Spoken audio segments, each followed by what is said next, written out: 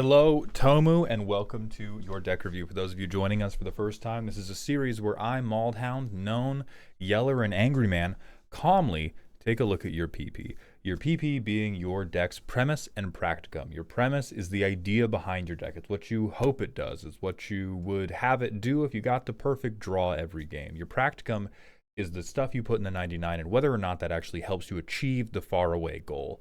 We're going to spend a couple minutes talking about the idea Tomu wants to achieve, whether or not I think that's reasonable at the power level they're aiming for, and then we'll look at the 99, see if it gets the job done. So they have said this is basically a deck of entirely custom arts. The cards are all real, but they're doing a lore reference that I don't quite understand, or probably won't understand, and we're going to copy the commander, keep the copies, meet a few other specific checks that feel lore accurate. For the most part, that's probably fine. It's going to live or die based on the commander we're using, and they're using Kefka, who has been restyled as a booby wizard. Without remarking any further on that specifically, the idea of this deck will work. Kefka is an incredibly good card. Having more Kefkas is gonna work. We have cool but rude, so we can turn Kefka's discard into damage. Sure, like if we have any outlet, at the end of the day, we're just gonna have way more cards than everybody. We can remove everybody's creatures, beat them to death with 4/5s with preposterous proportions. So I think we can just go straight into the actual practicum. So we have Kefka, we have a way to turn Kefka's discard into damage, and also, hey, maybe it can tutor something. Combos that are bad, and I don't know. When you discard a card, deal 1 damage to any target and gain 1 life. Sure, super bad card. Works great with a million Kefkas. Fine card. I really doubt this is going to be how you win the game, but maybe. Gaslight, Gatekeep, Girl Boss. We have a fair amount of counter spells.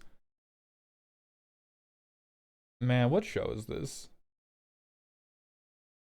Wash Away is very funny. Okay. All of these cards seem fine. I don't think they're highly efficient. If we're going for... I think what worries me the most about this deck, we're not in 4. If you think this is a 4... we have to change a whole heckin' lot of this. This to me looks like a very mean 2, which that's a fine place to end up. If you know the people you're playing with and you can get them to agree to playing with a very mean 2, that's fine. But this looks like very cute, is not trying to do the optimal thing. You are trying to fulfill your Wattpad fanfic of whatever show this was. And like you have some protection, but a lot of it's overcosted. Like press the enemy is some pretty overcosted interaction. Swan's Song, like Wizard's Retort, sure. You don't even have, we do have raw counterspell. We're missing what? Fierce Guardianship. We don't have free interaction. I don't see Game Changers, which is why I think bracket 2. And Architect also thinks it's 2. So is the 4 something that you have written in? I think that's one thing we have to like come to Jesus with really quickly.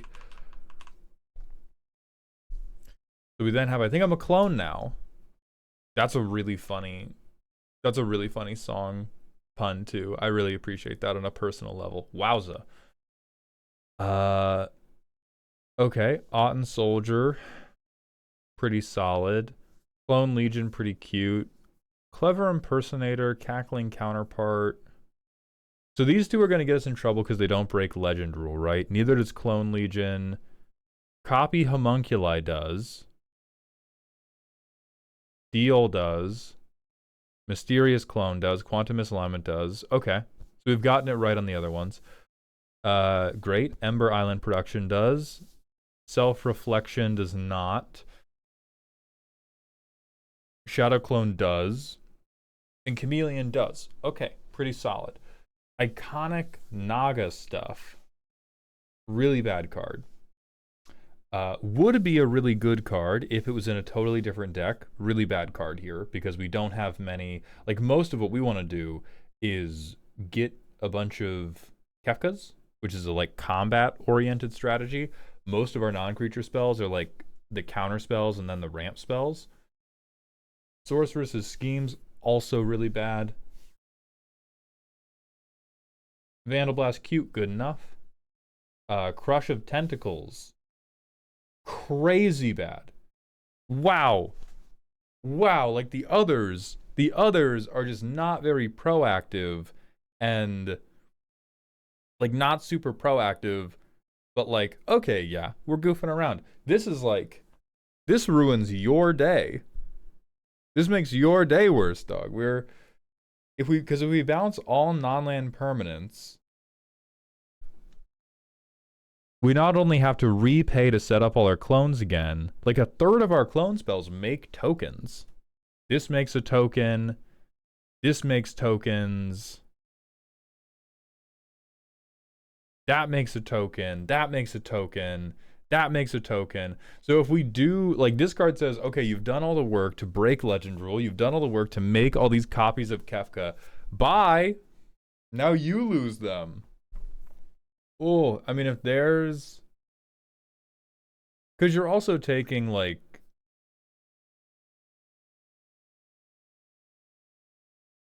Personally, not knowing what the show is, I feel like you're taking some pretty broad artistic liberties with what's going on here. So I would really recommend you try to find a justification for like desync, anything that can be, even if it's not one-sided, just anything that isn't going to blow your board of tokens out. Raise the Palisade could be great. You can name human or wizard. This is the first card I've seen where I'm like, wow, not only is this like clearly a flavor pick or like more of a pet card, this is like ruins our life if we were forced to play it at gunpoint. Sure, that seems fine. All of your ramp also seems roughly appropriate. We have like a pretty mana hungry game plan. With regards to custom art, so probably something to do with art. Imposter Syndrome's great. Mirror Room's fine. Fractured Realm is great. Monument's cute. Season of Weaving is cute. Oh, okay, so here we have more combat stuff. So we have shoot some stuff. One-sided board wipe. Protection spell. Aether Gale, which is very funny, phenomenal. Very cute sweeper that does not hit Kefka. Good card, good card. Rude card, which I love. Good card. Okay. So I would say overall, this looks like a very functional and maybe a little bit mean bracket 2 deck. I think it could compete in bracket 3 if it got a really hot open. I think what it's missing to compete in bracket 3 is more good and efficient interaction. So if you don't want it to go to bracket 3, disregard all these instructions. If you want it to go to bracket 3, I would move away from these like big chonker spells and move more to like, hey, 2 mana, I'm gonna kill your guy. I'm gonna deadly rollick you. I'm going to Fierce Guardianship protect my commander. I'm going to March of Swirling Mist and protect these 3 Kefkas or this 1 Kefka or get rid of your 1 combo piece. Like there's a whole lot of stuff you can do, but in general, the curve has to come way down for bracket 3. This is perfect for a bracket 2 mess around. I think you have enough ramp that you'll definitely draw some of it and get you over the hump to playing your first Kefka, at which point you probably draw the rest of the stuff. Oh yeah, we keep this. Yeah. Dude, I'm playing Magic. So turn 1, nothing really happens. Turn 2, just straight ramping. Turn 3, Miss my land drop, but who cares about any of that? And I cool but rude too. Miss my land drop, now I care a little bit about that. But I Relic of Sauron, I don't even care about that. Level up cool but rude with the mana from Relic of Sauron. I don't know what turn this is. Is that the turn counter? So it's turn 4. We still play Kefka ahead of curve, despite only hitting 2 lands, which is amazing. Everybody discards one. I'm going to discard Freeze Arrow. I'll say we get to draw 3. Seems about reasonable. We somehow still miss a land. My lord. We deal 2 to everybody. End of turn. Probably dump Counterspell, which is going to seem weird, but I have an offer you can't refuse. Next turn, now we have Pact of Negation. Holy fuck. So I think I go 2, 3, 4, 5. Ember Island player thing. I get a token copy of this. Everybody discards a card. I'll discard an artifact. 1, 2, 3. Holy God, at long last we hit a land drop. Play Soul Ring. Play... Oh, I discarded my Felwar Stone. I'm a fool. Swing the original copy.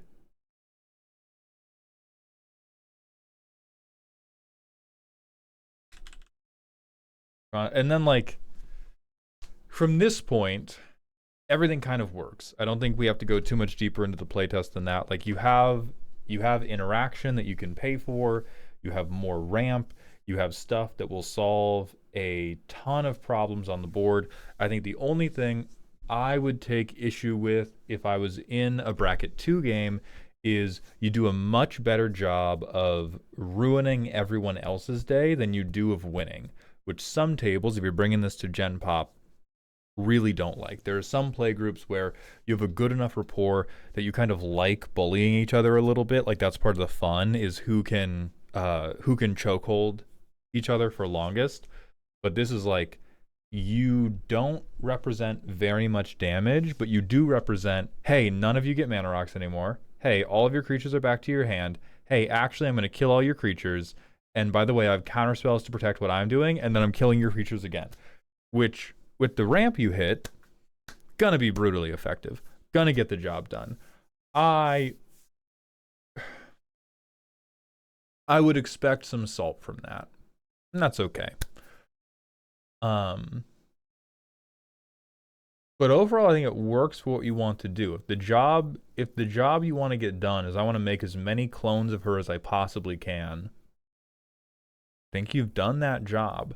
I think the only thing that would worry me is we're only like half and half on breaking the legend rule. So we only have like 5 or 6 cards in the whole deck that can break the legend rule. You may want to consider bringing in more tutors that can help with that problem specifically. And so some things like, if I was going to guess at stuff that would probably fit into anime art pretty cleanly, I would say you can probably reskin Insatiable Avarice to just turn 3, be like, hey, where's Spark Double? Or hey, where's the piece of ramp that I need? Other things we can do. I'm trying to think of how we can care about or like get there a little bit more quickly without abandoning the plan being, let's clone the Naga a bunch.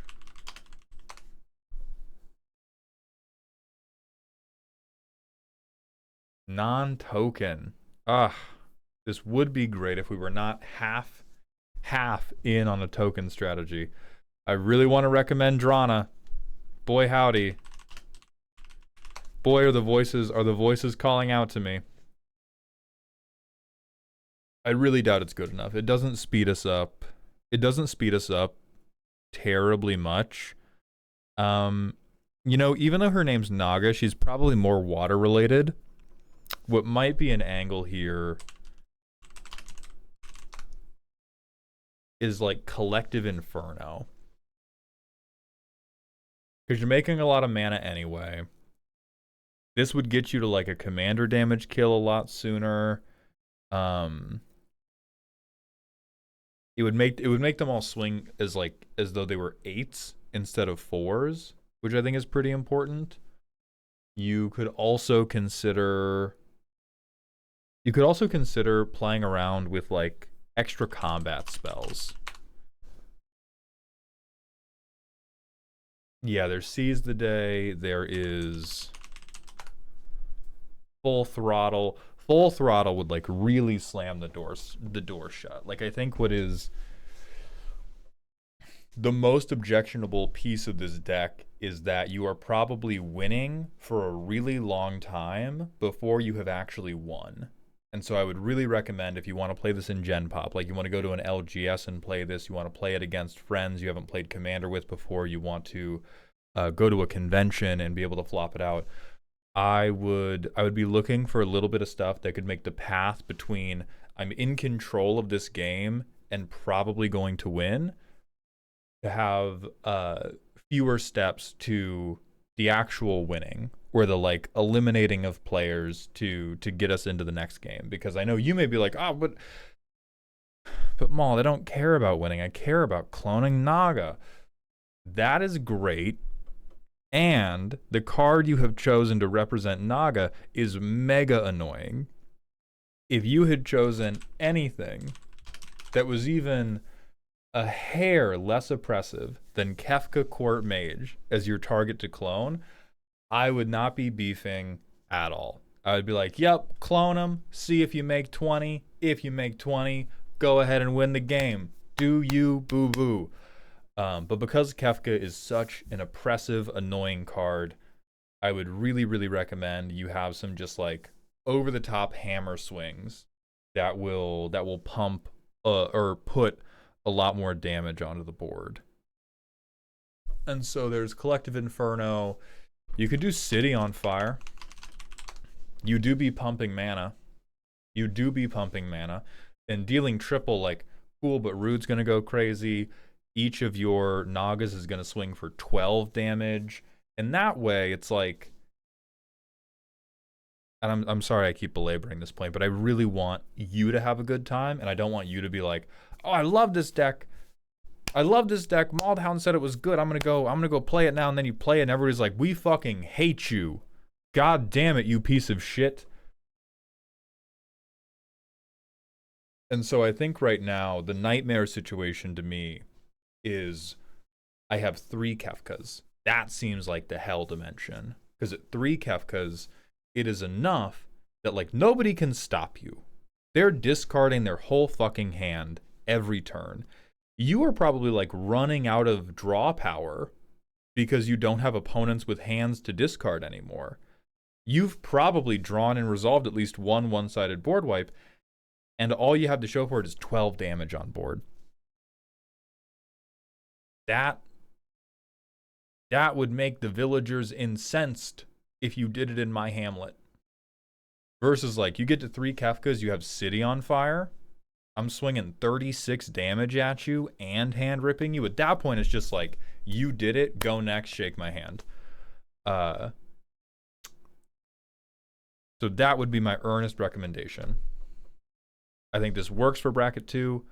I think the missing link is we got to have some type of like over the top at 2 to 4 Kefkas. This will just kill you, bro. And then I think it's great. So I wish you the best of luck. Let me know in the comments if you think there's any like crazy clone spell that we're neglecting or some other angle that I've not thought of. And I hope this helps.